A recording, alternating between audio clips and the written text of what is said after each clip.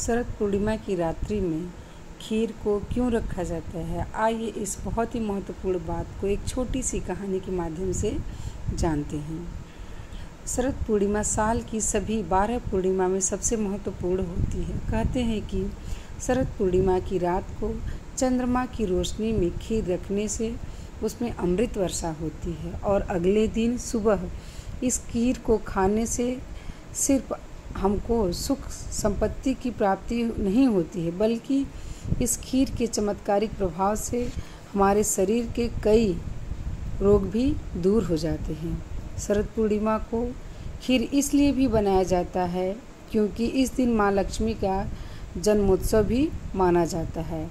इसलिए खीर बना करके माँ को भोग लगाया जाता है और उसी प्रसाद को हम लोग सुबह खाते हैं, जिसे माँ आशीर्वाद हम लोग को देती है। इसके साथ ही द्वापर युग में भगवान श्री कृष्ण ने शरद पूर्णिमा की धवल चांदनी में ही महारास किया था और इससे प्रसन्न होकर चंद्रमा ने अमृत वर्षा की थी।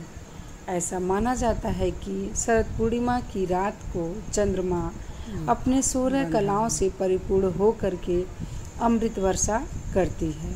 शरद पूर्णिमा को रास पूर्णिमा और कोजागर पूर्णिमा के नाम से भी जाना जाता है।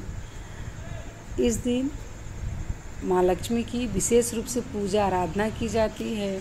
कोजागर का अर्थ है कि कौन जाग रहा है, अर्थात जो व्यक्ति पूरी रात जाग करके माँ लक्ष्मी का पूजन भजन कीर्तन करता है और अपने घर के सामने एक घी का दीपक जला के रखता है, तो माँ उसको आशीर्वाद देती हैं और उसके घर सुख समृद्धि आता है।